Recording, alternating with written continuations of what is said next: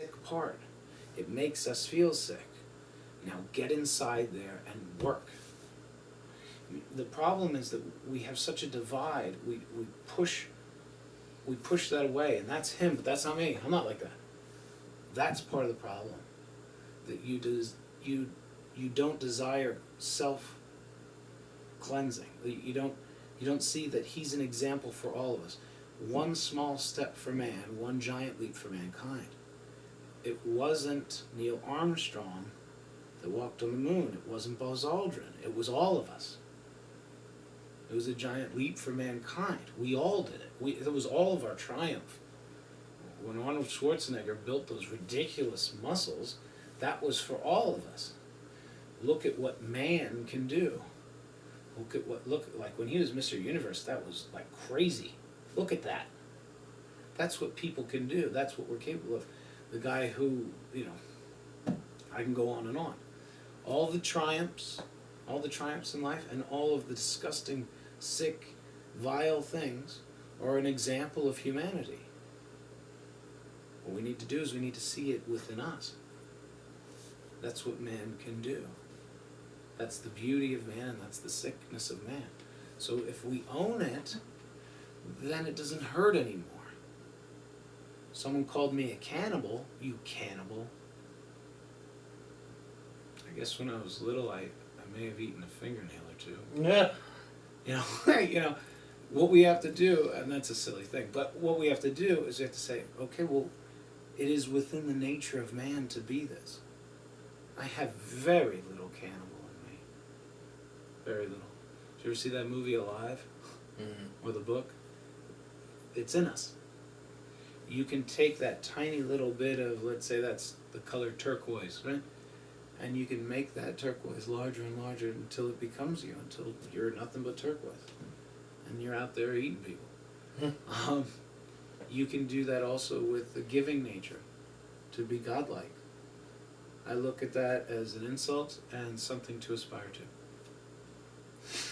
to. There you have it. I don't mind the insult. It tells me where that person's coming from. It also is a reminder of who I don't want to be. I don't want to be the person that criticizes and says something like that. It would be easy to say, throw an insult back at him because that's what our society asks for. But then I'm him. Then I didn't learn it all from the lesson that he provided. He provided himself as a teacher. And he tried to strike a chord, tried to damage me.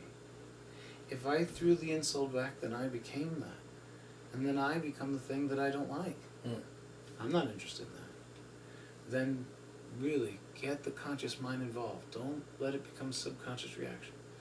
And then really attempt to recover from it. The recovery needs to be a denial of the playing of the game. So here I'm driving again, and this guy gives me the finger at this one point. I'm driving, he gives me the finger and he says, "What the hell do you think you're doing?" Okay. What? There's no insult there. What in the hell? What in hell? Okay. I got no literal translation for that one. There's what in hell? There's fire and brimstone in hell. There's the devil and demons hanging out in hell. What in hell? What in the hell? Hell do you think you're doing? That doesn't make any sense. No, I've okay. never been there. Doesn't make any sense, right? Got no concept there. So what is the working definition for that? What is he really trying to convey? What in the hell do you think you're doing? There's his middle finger up. You're a child. That's what he's saying. You're a child, you're a dumb child, and you don't know where you are or what you're doing. Right? But I did know where I was, and I did know what I was doing. So my response was, I'm having a great time. Right? Oh gosh, so, that's so good. So what the hell do you think you're doing? I'm having a great time. Did you think of that instantly? Like that whole process happened so fast for you? Well, yeah, but that's because, like in training, right? Mm-hmm. In training, I can't be like, okay, do this move, do that move, do this move, do that move. You ready? And I fire a punch at you. You can't. You gotta do this punch slow. Mm-hmm. You gotta work up. You gotta work up. You gotta work up. And then, after you're trained and you have your reactions down, and then yeah, that did come like that. Mm-hmm. But I was trained. I have my reactions down. That's awesome. Yeah. That's what I challenge all of you to do. Don't just understand this knowledge and think, that guy. He's got a really nice new haircut, and he seems to say some interesting things. Don't just blow it off. Don't just get distracted. Understand the lesson and really bring it. Get some application. Apply what's being taught, or stop listening to me. Because you're wasting your time. If you can apply what's being taught, then that's not a waste of time. You can take that lesson and make it live forever. You can pass it on to your children. You can pass it on to your nephews, your nieces, your grandchildren. And then no one will be able to hold the strings anymore. That was my ringtone for a while. It was The Godfather. So I'm kind of obsessed with those movies. But also, it reminded me of who's holding the strings. I would hear that every time my phone rang, and it would be a constant reminder. Who's holding the strings? Who's holding the strings? I'm holding the strings. The thing is that when someone else throws out an insult, translate F-U. Translate that. F-U. All right. But the actual word. All right, so the actual word I couldn't do that. Because that doesn't mean anything. Right. We have an understanding that the F word means sex. Right. But really, it came from when you got put in the stockade, like way back during the Puritans and stuff. You did something bad, so they stuck you in the stockade. Now this is a graphic history, sorry guys. So they put you in the stockade, right? And you're latched in. There's a big piece of wood, and another piece of wood comes down with 3 holes, one for each wrist and one for your neck. So you're stuck there, right? And people get to throw rotten fruit at you, tomatoes and stuff, and then they get to curse you out. Talk about some barbarians. You did something bad, so now they get to do a whole bunch of bad stuff to you. There you go. Everybody's learning there. But whatever. Whatever. Right? And then on top of your head, they wrote, "For unlawful carnal knowledge." And then that was you did something that was considered bad, that was considered against God. And it was carnal, it was unlawful. It was against the law, and it was carnal knowledge.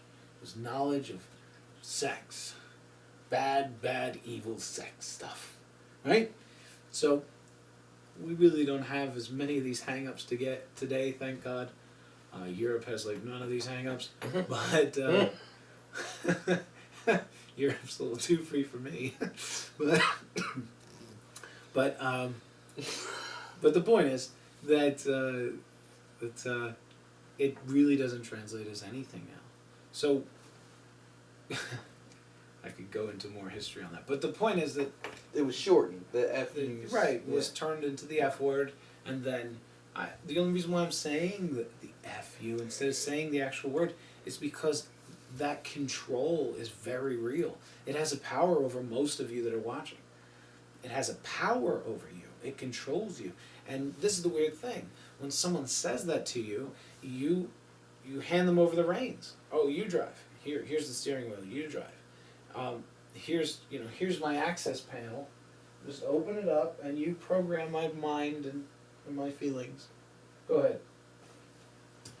When they say that, that's the activation word for your subconscious to run through the drama, the pre-programmed response. So here it goes. He says it to me, and then before you go through that same silly scenario that we continually go through, okay, what is it? Translate that. Has no literal translation. Give me a working definition of FU. What do you got?